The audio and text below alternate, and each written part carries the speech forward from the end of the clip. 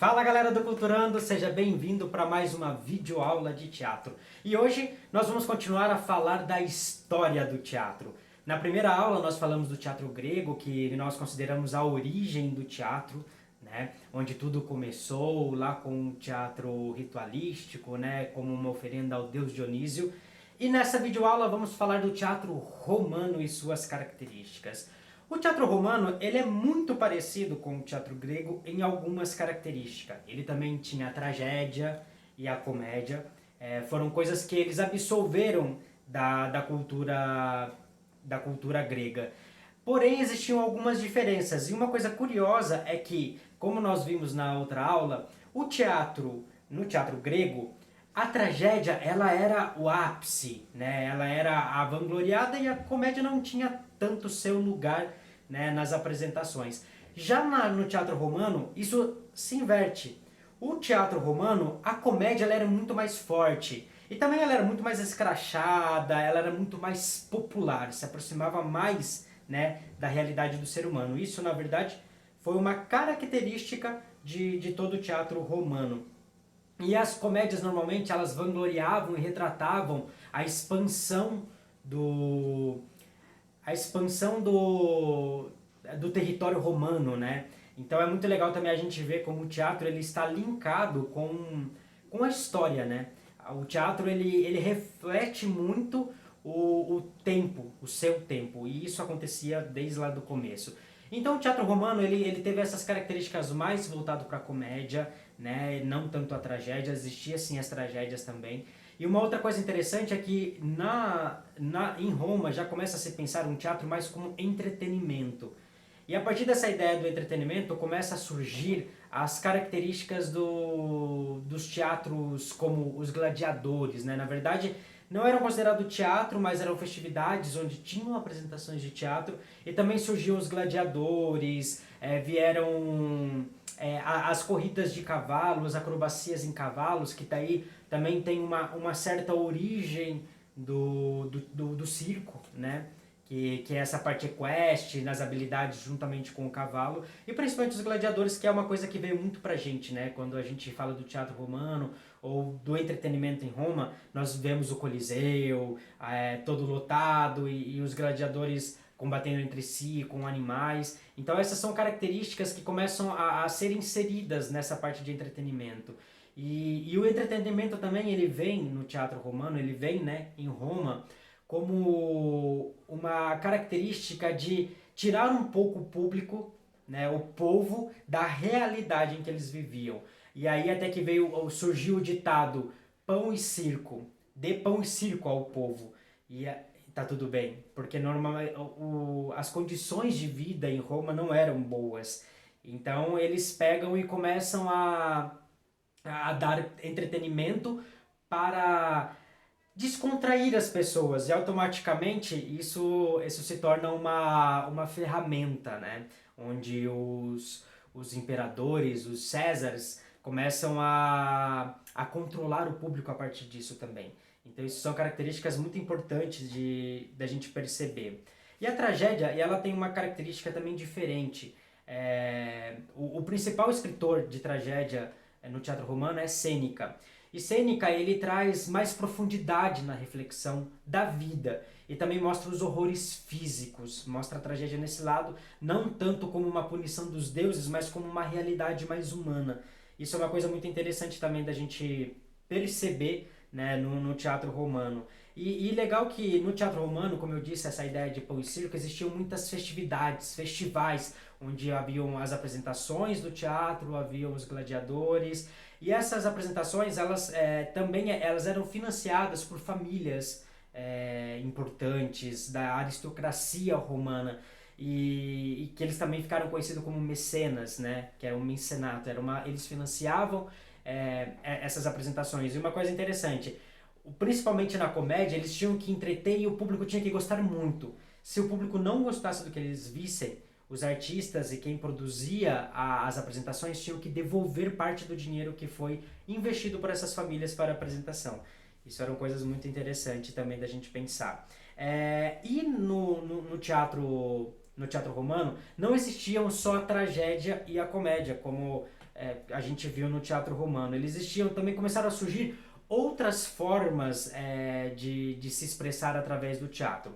E aí eu anotei algumas aqui que são interessantes da gente falar, que é a telana, os mimos, a pantomima, que é uma coisa que até hoje a gente utiliza bastante também, a satura e os versos vecininos, que eram outros tipos de expressões artísticas que se utilizavam do teatro, se utilizavam da figura do ator para expressar. Vou deixar um link aqui embaixo que tem um texto muito bacana que explica cada uma dessas características que tinha cada uma dessas formas de fazer teatro também, para que vocês possam estar lendo um pouquinho mais sobre isso.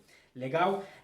Os principais autores de tragédia e comédia, né, os principais autores que tiveram relevância no cenário artístico, no cenário do teatro em Roma, foram, como eu disse, Sêneca na tragédia, e as principais obras dele foi Freda, Medeia e Tiestes. São obras que ele tem conhecido. Também vou colocar aqui embaixo o link para que vocês possam, por curiosidade, ler esses textos e como eram as suas formatações e como era a sua linguagem. É bem interessante também da gente procurar ler esses textos e ver essas curiosidades que eles trazem de como era feito e também como era retratado a sociedade naquela época. E já na comédia tivemos dois principais autores, que é Plautus e Terêncio. E eles, uma coisa interessante deles, que na comédia deles também, elas eram muito mais humanas, muito mais realistas. E eles começaram a criar tipos cômicos.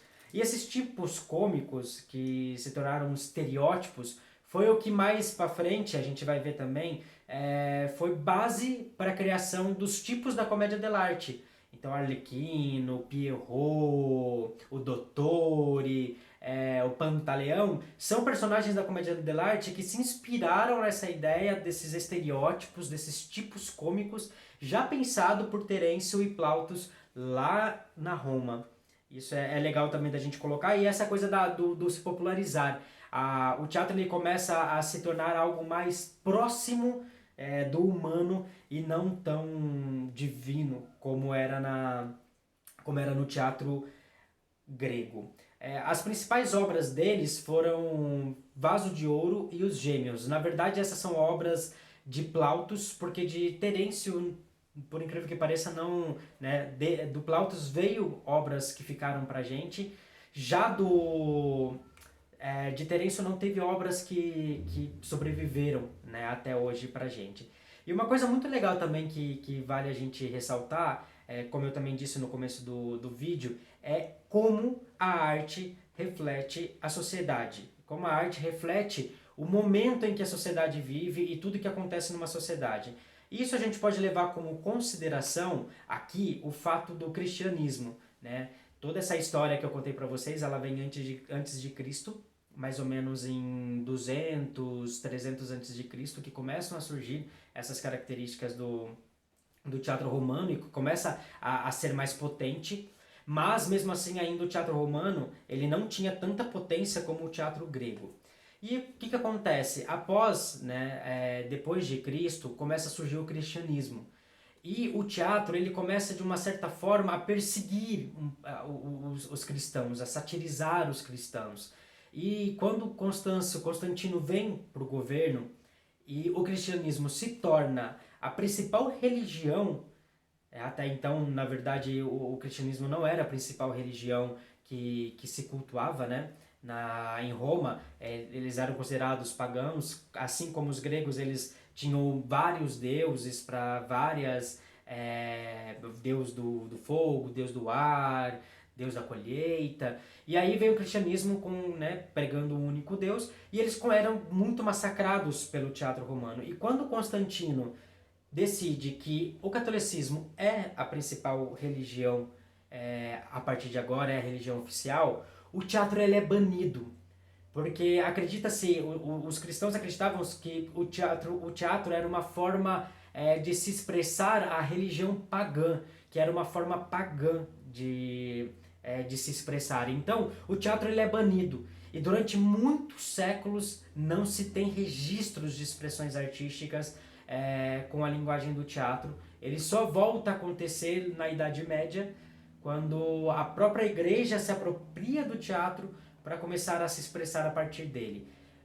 Então isso é muito legal também, a gente ver essa relação entre a história da humanidade e a história do teatro. Estamos inseridos em tudo isso. E essa, galera, foi mais uma aula falando sobre o teatro grego.